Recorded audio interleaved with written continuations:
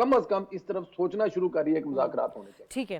عارف عباسی صاحب، اسی حوالے سے سوال یہ بنتا ہے، سب سے پہلے تو میں یہ پوچھنا چاہوں گی سر کہ آپ کے جو مرکزی قائدین ہیں ان کے بڑے جو بیانات ہیں، بڑے مطلب کانفلکٹ نظر آ رہا ہے ان میں. کوئی کچھ کہہ رہا ہوتا ہے، کوئی کچھ کہہ رہا ہوتا ہے. علی امین گنڈا پور کی دھمکیاں ختم نہیں ہوتی، لیکن شیر افضل مروت صاحب جو ہیں آج انہوں نے بڑی اچھی بات کی، پارلیمانی کمیٹی بنانے کی بات کی. ہم نے آج بیرسٹر علی ظفر صاحب کی بھی گفتگو سنی، ہم نے ساتھ ساتھ ایوب بیرسٹر گوہر کا بھی اسٹیٹمنٹ سنا. انہوں نے بھی کہا کہ ہم بات چیت جو ہے وہ اس وقت آگے بڑھے گی جب مطالبات کھل کر سامنے آئیں گے.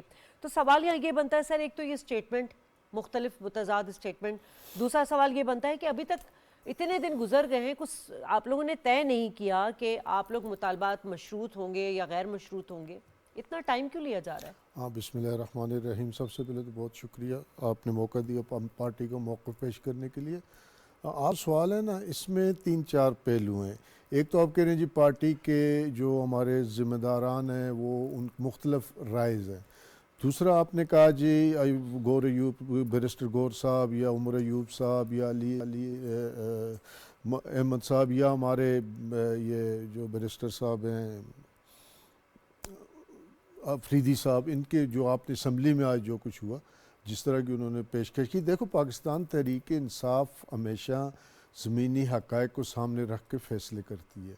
اور جہاں تک خان صاحب کا تعلق ہے، خان صاحب نے اس میں کوئی شک نہیں ہے کہ بر صغیر کی تاریخ میں ایک مزاحمت کی مثال قائم کی ہے عوام کے حقوق کے لیے، عوام کے مطالبات کے لیے، جمہوریت کے لیے.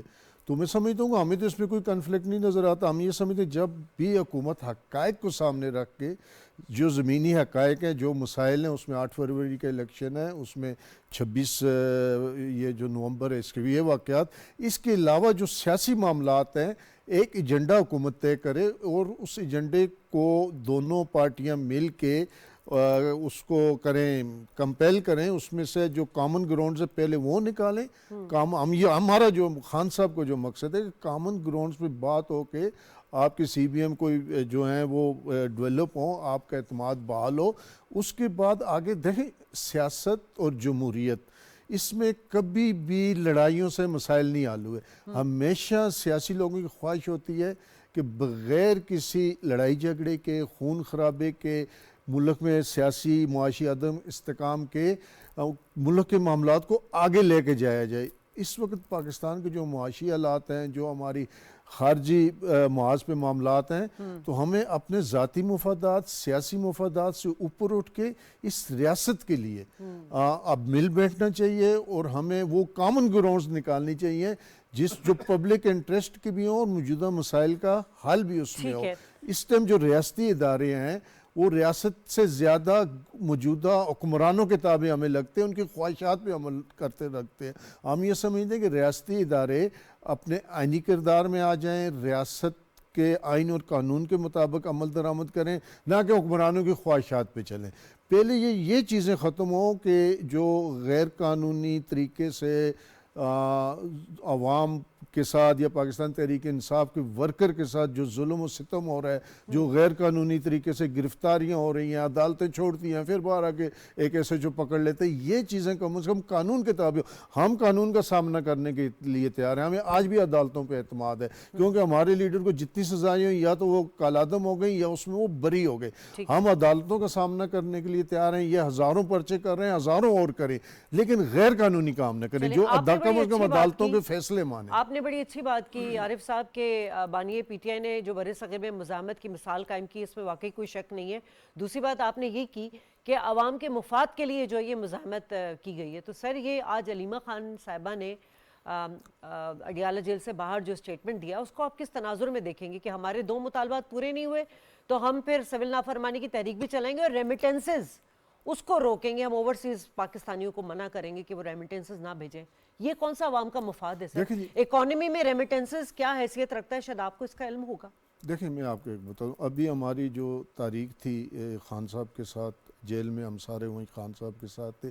ابھی تک خان صاحب نے کوئی باضابطہ طور پہ ایسی بات کی نہیں. لیکن ہاں، خان صاحب کی آج تک پوری سیاسی زندگی میں 27 سال بات نہیں کی انہوں نے دیکھیں، انہوں نے کوئی ایسی بات نہیں کی جو پاکستان کے آئین سے ہٹ کے ہو.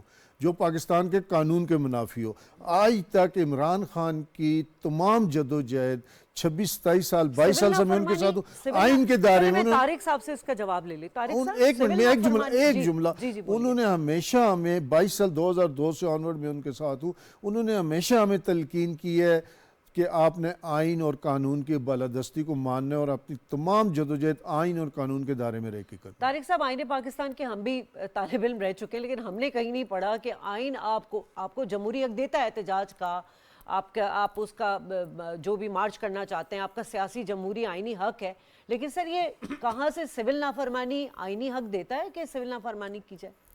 بالکل اس کا تھینک یو شازی, آپ نے مجھے موقع دیا. اس کے بڑا اہم ٹاپک ہے. بادشاہ صاحب بڑے پولیٹیکل ورکر ہیں, تو کسی بھی پارٹی کا جو پولیٹیکل ورک ہے گراس روٹ لیول کا, وہ بڑا قابل احترام ہوتا ہے. تھوڑا سا میں ان سے کہوں گا, انہوں نے کہا جو انہوں نے مزاحمت کی مثال قائم کی ہے عمران خان صاحب نے, تو ایسی کوئی مثال ہے ہی نہیں پاکستان میں. تو ایسی بات نہیں. آصف علی زرداری کے ساتھ جیل میں ہے, بنظیر بھٹو نے بڑی دفعہ جیل میں گئیں, لاٹھیاں کھائیں, ان کی والدہ نے کہیں, ایون کہ انہوں نے شہادت کی. میاں نواز شریف جلا وطن ہوئے, کئی دفعہ ہوئے, بار بار ہوئے, ان کو حکومت سے ہٹایا گیا. شہباز صاحب ایک لمبی فہرست سیاستدانوں کی ہے جنہوں نے جیل کاٹی. کون سا مسلم لیگ نون کے بندہ نہیں تھا جو جیل میں نہیں تھا. تو مزاحمت کی سیاست سب نے کی ہے. نواز شریف صاحب نے سب سے زیادہ کی ہے, اور اسٹیبلشمنٹ کے عدلیہ سے, تو ہر معاملے پہ انہوں نے عوام کے حقوق کی بات کی ہے. اب آگے آئین حق دیتا ہے یا نہیں دیتا, سول نافرمانی تو ایک میرا تو نہیں خیال کہ کسی آئین میں کیسی گنجائش موجود ہو, یا آپ ایسا کوئی آئین اجازت دیتا ہے کہ آپ جو لوگ باہر بیٹھے ہوئے سیزن ہو گئے پاکستان میں پیسے نہ بھیجے تاکہ پاکستان ڈیفالٹ کر جائے, خدا نہ خواستہ. تو یہ ایجنڈا جو ہوتا ہے پاکستان کو یہ پریشر بلڈ کر کے یہ مذاکرات کرنا چاہتے ہیں. ایسا قطعاً نہیں ہوگا کہ ہم مطلب اوورسیز کو کہہ دیں گے بند کر دیں گے, ڈی چوک کے آگے بیٹھ جائیں گے, حکومت بند کر دیں گے. ہم یہ اس طرح سے پیش کی شرائط اور بلیک میلنگ یا دباؤ کی وجہ سے مذاکرات کبھی بھی سٹارٹ نہیں ہوں گے. جب خان صاحب اپنا جو ہے بانی پی ٹی آئی اپنا مثبت رویہ اختیار کریں گے, اس کی ابتدا جیسے میرے بھائی سندیلہ صاحب نے کہا, پارلیمنٹ سب سے بڑا اچھا پلیٹ فارم ہے جس میں ان کی پی ٹی آئی کی ایک بہت بڑی نمائندگی 91 ایم این ایز ہونا کوئی چھوٹی بات نہیں ہے. اسی طرح سینیٹر کی بڑی تعداد موجود ہے. ان کو پارلیمنٹ میں دونوں ایوان میں پازیٹیو اپنا رویہ رکھنا چاہیے. اور یقیناً میں اسمبلی پارلیمنٹ میں ڈیلی وزٹ کرنے والا جرنلسٹ ہوں. آج بھی جتنی اسپیچز ہوئی ہیں پی ٹی آئی کی طرف سے بڑی پازیٹیو تھیں جی, اس میں کوئی شک نہیں ہے کہ انہوں نے شیخ عبدالمجید صاحب نے بھی کی, عمر ایوب صاحب نے بھی کی. یہ بھی مذاکرات چاہتے ہیں, لیکن ان کو پھر کہیں سے جو ہے جو میسج آتا ہے اور بڑا ہارڈ لائن ایک دم اختیار کر لیتے ہیں. تو اس طرح سے پھر وہ ساری میسج آپ کی کیا سورس سے کہاں سے آتا ہے طارق صاحب؟ جی زیر خان صاحب سے آتا ہے, ان کے بانی پی ٹی آئی سے آتا ہے. میں آپ کو بالکل آن دا ریکارڈ کہہ رہا ہوں کہ 26ویں آئینی ترمیم کے اوپر بیرسٹر گور صاحب نے مجھے بلا کے اپوزیشن کے چیمبر میں 26ویں آئینی ترمیم کا انہوں نے مسودہ دکھایا کہ ہم نے بھی ایک ترمیم تیار کی ہوئی ہے, ہم جائیں گے پارلیمنٹ میں جائیں گے, خان صاحب کو دکھائیں گے, ہم اس پہ اپنا انپٹ دیں گے. اسی دن انہوں نے جیل میں جانا, تو انہوں نے کہا 8 پیجز کا تھا. اب سنیں 8 پیجز کے اوپر انہوں نے ترمیم, انہوں نے کہا میں نے بڑی محنت کی اس کے اوپر, 8 صفحات پہ بنایا, بڑا زبردست ہے. یہ نہ نون لیگ کے پاس ہے, نہ پیپلز پارٹی کے پاس ہے, نہ جے یو اے کے پاس ہے, جو میں نے بنایا ہے. بس میں آج خان صاحب کے پاس جاؤں گا, ان سے اپروول لے کے ہم اپنا لے کے آئیں گے وہ مسودہ. اور پہلی جو پارلیمانی کمیٹی ہوئی شاہ صاحب کی, خورشید شاہ صاحب کی صاحبائی میں, اس میں تمام متفقہ طور پر انہوں نے پاس کی اس کے مسودے کے اوپر. لیکن جب وہ جیل گئے تو اس کے بعد ایک راوی یہ کہتے ہیں کہ ان کا مطلب ہے وہاں پہ بڑی سخت سرزنش ہوئی تھی, آپ یہ کیا اٹھا کے لے کے آئے, میں جو کہتا ہوں ایجنڈا. تو یقیناً پریشر جو ہے ان کا جو جہاں سے گائیڈ لائن ملتی ہے تو وہ اڈیالہ جیل سے ملتی ہے, قیدی نمبر 804 سے ملتی ہے. تو اس طرح اس پہ سبوٹاج سب کچھ سبوٹاج ہو جاتا ہے. ٹھیک ہے. سندیلہ صاحب, آج کا دن جو اسٹیٹمنٹ کے حوالے سے بڑا اہم رہا. ہم نے دیکھا کہ جو حکومتی وزراء تھے انہوں نے بڑی اچھی باتیں کی, اور رانا ثناء اللہ کا اسٹیٹمنٹ بھی ہے, خواجہ آصف صاحب کا بھی ہے. خواجہ آصف صاحب نے تو شیر افضل مروت کے حوالے سے کہا کہ جو بات انہوں نے کی وہ پہلی بار خوشگوار ٹھنڈی ہوا کا جھونکا ہے. لیکن سوال وہی پیدا ہو جاتا ہے کہ بقیہ جو قائدین ہیں جس طرح کے اسٹیٹمنٹ دے رہے ہیں, یا ان کی بہن جو ہمشیرہ جو ان کے اسٹیٹمنٹ دے رہی ہیں, یہ پی ٹی آئی کے اپنے جو ورکرز ہیں ان میں کتنی بے چینی پیدا کرے گا؟ عوام کو تو چھوڑ دیجئے کہ کوئی کچھ کہہ رہا ہوتا ہے, کوئی کچھ کہہ رہا ہوتا ہے. یہ حکومت کے لیے بھی کتنا مشکل ہوگا کہ بھائی مذاکرات کے لیے بھائی سنجیدہ رویہ تو ہونا کوئی.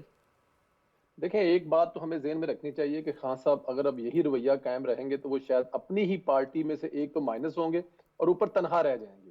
دیکھیں, ابھی یہ میرے ساتھ جو ساتھی بیٹھے ہوئے کتنی خوبصورت باتیں کی انہوں نے پاکستان تحریک انصاف کہ ملک کے عوام کے وسیع تر مفاد, اور ملک کے لیے سوچنا چاہیے, عوام کے لیے سوچنا چاہیے, ان کے لیے ہمیں مل جل کر بیٹھنا چاہیے اور اپنے جو معاملات ہیں ان کو حل کرنا چاہیے. تو تو یہ بات اگر پارلیمانی لیڈر جو ہیں، جو اس وقت اسمبلی میں سینیٹر یا ایم این ایز بیٹھے ہوئے ہیں، یا سابق اس میں اسپیکر بھی ہیں، اس میں سابق وزیر بھی ہیں، اور ان کو یہ بات سمجھ آ گئی ہے اور خان صاحب کو یہ سمجھانے میں ابھی تک ناکام ہے، تو اگلے فیس میں جا کے تو خان صاحب کو یہ بات سمجھ آ جائے گی کہ ان کے جتنے بھی مسائل ہیں وہ بھی یہیں سے حل ہونے ہیں. وہ انہوں نے ہر قسم کا حربہ استعمال کر لیا، اسلام آباد میں جلسہ کر لیا، لاہور میں جلسہ کر لیا، پھر انہوں نے اسلام آباد پر چڑھائی کر کے دیکھ لی، لیکن مسئلہ حل نہیں ہوا. تو حل کہاں سے ہونا ہے؟ یہیں سے ہونا ہے. تو یہ جو علیمہ خان صاحب ہے، وہ ظاہر ہے وہ اپنے بھائی کے لیے ان کی درد اور تکلیف کو میں سمجھ سکتا ہوں، آپ بھی سمجھ سکتی ہیں، بلکہ ہر بہن جو اپنے بھائی کے لیے اسی طرح ہی مطلب وہ شاید کرے گی، تو وہ لیکن ان کی کوئی ایس ایچ کوئی اہمیت نہیں ہے. اب دیکھیں، لوگوں نے علیمہ خان کے کہنے پہ تو نکلنا نہیں ہے، پارلیمانی سیاست ہونی ہے، پارلیمنٹ میں سیاست ہونی ہے. تو وہ یہ جو اس وقت آج جو ہمیں رویہ نظر آیا، میں اس پہ کم از کم میں تو اس پہ بڑا خوش ہوں کہ یہی رویہ ہونا چاہیے. اس طرح کے 3 4 5 7 سیشن ہوں گے اور یہ بات جب خان صاحب پہنچے گے تو خان صاحب غصے ہوں گے، وہ کہیں گے کہ اخباروں میں مجھے گڈی گڈے کا کھیل نظر آ رہا ہے، لیکن یہ گڈی گڈے کا کھیل نہیں ہے. یہ پارلیمنٹ میں بیٹھی ہوئی ایک ایسی جماعت جو پچھلی حکومت، جن کی پچھلی حکومت تھی، اس کے لوگ ہیں جو اپنے ملک کے لیے بیٹھ رہے ہیں، اپنی اس وقت کی جو حکومت ہے اس کے ساتھ بیٹھ رہے ہیں، اپنے مسائل حل کر رہے ہیں. شیر افضل مروت اگر ایسی زبان بول سکتا ہے تو میرے خیال میں پھر تو ہمیں تبدیلی نظر آ رہی ہے. حالانکہ انہوں نے خواجہ صاحب کے بارے میں کہا کہ ان کے منہ سے آگ برستی ہے، لیکن خواجہ صاحب نے بھی کہا کہ جناب آپ کے منہ سے بھی پھول نہیں برستے.